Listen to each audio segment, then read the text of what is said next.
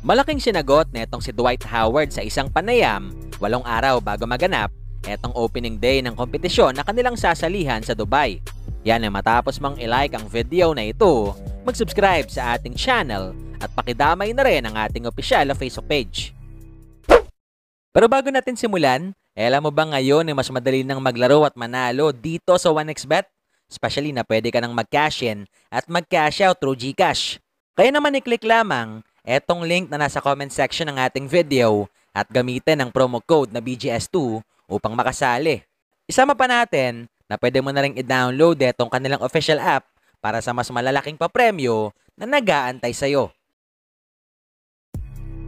Kahapon nga mga bularo, maraming tagahangan ni Bolek ang siguradong umantabay dito sa naganap na ikasampung laban ng Road Warriors des Commissioner's Cup kontra sa Converge. Dahil maliban nga sa kanilang bagong import na si DeAndre Williams Baldwin, kaabang-abang din etong last 2 crucial games ng NLEX. Kaya naman kagabi, maraming tagahangan ng koponan ng nagdiwang dahil sa kabila ng magandang laban na binigay ng Fiber Xers, nagawa pa rin ng Road Warriors na manalo sa nasabing tapatan after tapusin ng ball game na lamang lang ng 4 na puntos, 107-103.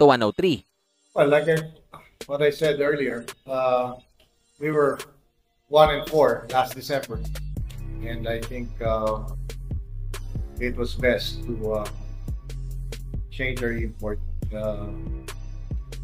This guy can take a lot of rebounds, can score for us.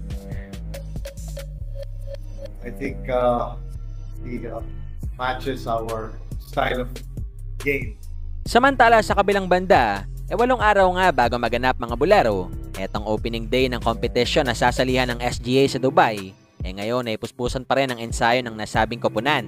Kaya naman kahapon, matapos makapanayam ng media, etong former NBA superstar after ng practice at matanong regarding sa hiling ng ilang PBA fans, agarang sinagot siya ni Kuya Dwight.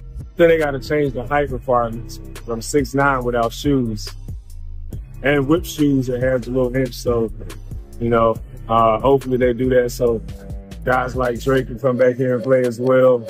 I know he's been wanting to play here in the tournament, in the PBA league as well. So, they change the height requirements. Maybe we'll see Twin Towers here in the Philippines. It's just basketball, Been in the NBA, my role and what I was most dominant at was catching the ball in the paint, finishing and dunking. It's a new age, new era of basketball where you got to be able to shoot, space the floor, and just be able to play outside and in. Obviously, I never get away from my bread and butter, which is in the paint. But it's also fun to come out